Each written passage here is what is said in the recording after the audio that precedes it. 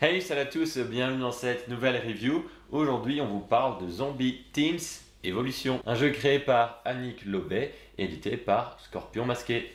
C'est un jeu de 8 ans et plus pour des parties d'environ 20 minutes et donc de 2 à 4 joueurs. C'est la suite logique de Zombie Kids Evolution. Et en fait, l'idée c'est que vous avez un peu grandi et donc maintenant vous jouez à un jeu un tout petit peu plus évolué que Zombie Kids. Est-ce qu'il y aura un Zombie Adulte Evolution? Écoute, je me le demande, peut-être dans quelques années pour... ou alors...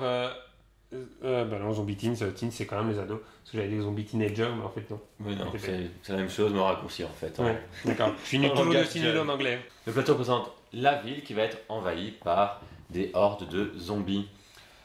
Et nous, on va incarner donc des adolescents dans une école. Et notre but, c'est d'aller chercher de la fourniture dans les magasins, enfin dans les commerces adjacents. Oui, on a ici le commissariat de police. On a là-bas la salle d'arcade. Un fast-food et quand même des médocs, parce que c'est bien de bouffer. Il faut aussi se soigner. Se soigner. Ouais. Moi je dis bouffer parce que là ça va être du ketchup qu'on va ramener. Là des donuts, là du popcorn. Et là-bas des médicaments. Un mélange un peu bizarre. Hein. Le kit de survie, c'est pas les premières choses auxquelles je penserais, mais voilà. Et donc. Et il y a ici l'école dans laquelle vous êtes au départ. C'est ça, et donc on va y rester. Donc en fait on va sortir pour vite ramener de la fourniture dans l'école. Mais c'est pour le synopsis. Mais donc pour les mécaniques, comment ça se joue?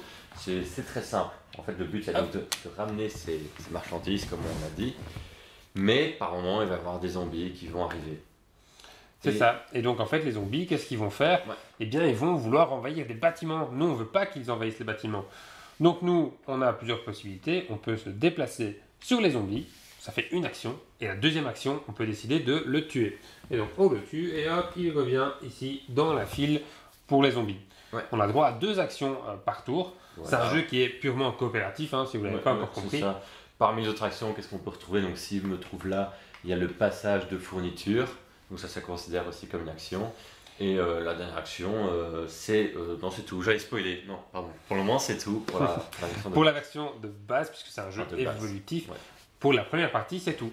Et donc, il faut toujours qu'il y ait quelqu'un ici dans l'école pour que vous puissiez lui passer la caisse. Il faut toujours en fait quelqu'un sur le lieu où on veut déplacer une caisse. Donc alors comment est-ce que l'on perd? En fait, c'est si les zombies ont envahi tous les lieux, alors on vient mettre une case sur le lieu envahi pour dire voilà, cette zone est envahie. Donc ça, c'est typiquement quand un zombie aura avancé jusque le lieu en question. Et donc comment en fait, à son tour, un joueur devra lancer le dé. Voilà, c'est un mauvais exemple. Bon, voilà. Et ici, ça veut dire qu'on avance le zombie de la zone mauve. Voilà. Ou alors, s'il n'est pas là, et bien à ce moment-là, on le prend et on le met sur le plateau. Voilà. Bon, c'est très simple, on les rend un peu compliqués en expliquant l'air décousu, mais franchement, ça va très vite. Oui, la première partie est simple. Et alors, si vous tombez sur le point d'interrogation, eh bien, vous prenez une petite carte que vous lisez. C'est un petit événement. Voilà. Ici, par exemple, attaque coordonnée, place les 2 prochaines hordes de zombies de la file sur les égouts correspondants. Voilà, donc là, ici, hop, on aurait cette situation. Et c'est là qu'on voit que ça devient vite galère, parce que, donc, imaginons là, on avait une zone déjà envahie, et on a déjà les 3 autres zombies déjà prêts, hordes de zombies prêts à nous envahir, donc il va falloir bien gérer ça. Oui, c'est pas si évident, et honnêtement, pour pouvoir gagner, il faut surtout bien gérer les zombies, et limite être patient pour transporter les caisses dans l'école. Ça va être ça la difficulté.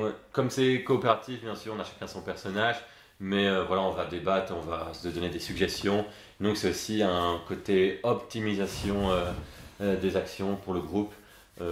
Et donc les actions qui seront pas de plus en plus dures, non, mais il y aura de plus en plus d'éléments à gérer au fur et à mesure qu'on va débloquer des choses. Oui. Et comment est-ce qu'on débloque ces différentes choses, Julien? Alors, comment est-ce qu'on les débloque? Eh bien, il y a des enveloppes dans le jeu. C'est un jeu qui s'appelle Evolution. C'est pas pour rien. C'est parce que derrière, vous allez débloquer plein de nouvelles choses. Est-ce qu'on peut spoiler? Je ne sais pas, c'est difficile de spoiler, mais il y aura des nouveaux éléments, du contenu entre autres. Du contenu en plus, des nouvelles cartes, peut-être des nouvelles actions en tout cas, ça c'est sûr. Voilà, il y aura tout ça en plus. Et il y aura des choses qui vont rendre le jeu plus difficile, il y aura des jeux qui vont rendre le jeu plus facile, ou en tout cas avec d'autres actions. Et l'un dans l'autre, eh bien ça se compense.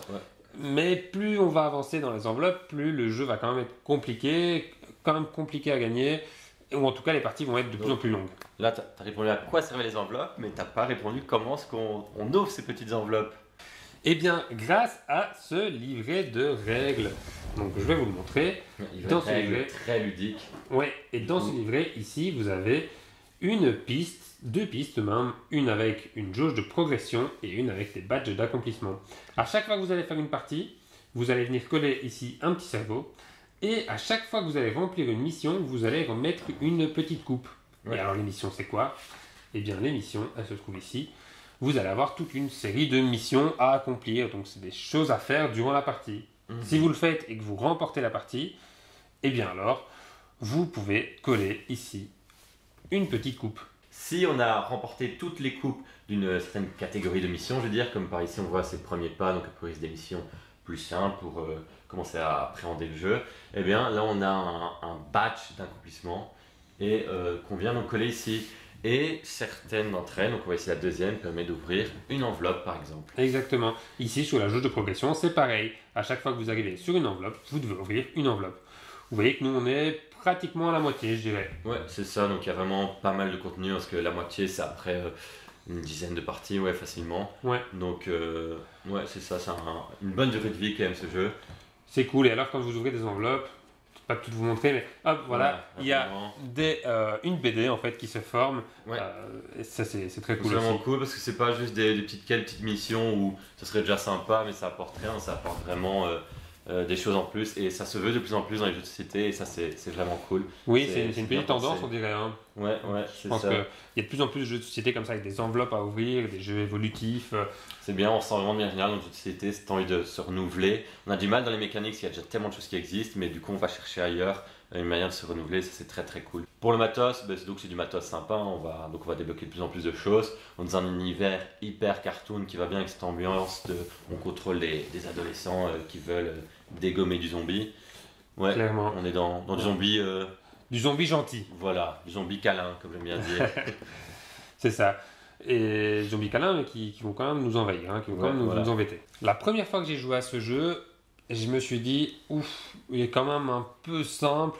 La toute première partie était un peu trop simple pour moi. Tu peut-être dit, ouais, je sens que c'est un 8+. Ouais, exactement. Et puis finalement, au fur et à mesure d'ouvrir des enveloppes et de découvrir de nouveaux contenus, ben non, ça va. Et j'y prends de plus en plus de plaisir. Et donc ça, c'est très cool aussi.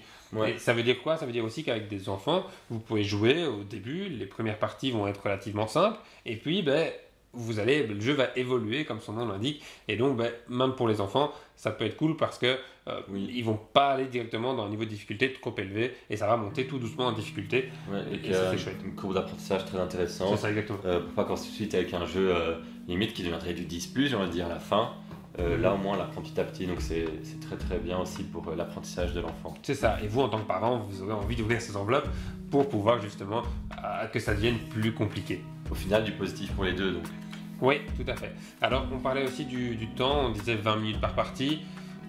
Ouais, au début ça va être plus court, et puis à la fin ça risque d'être un peu plus long. Les dernières parties que j'ai faites, on a joué pratiquement une demi-heure.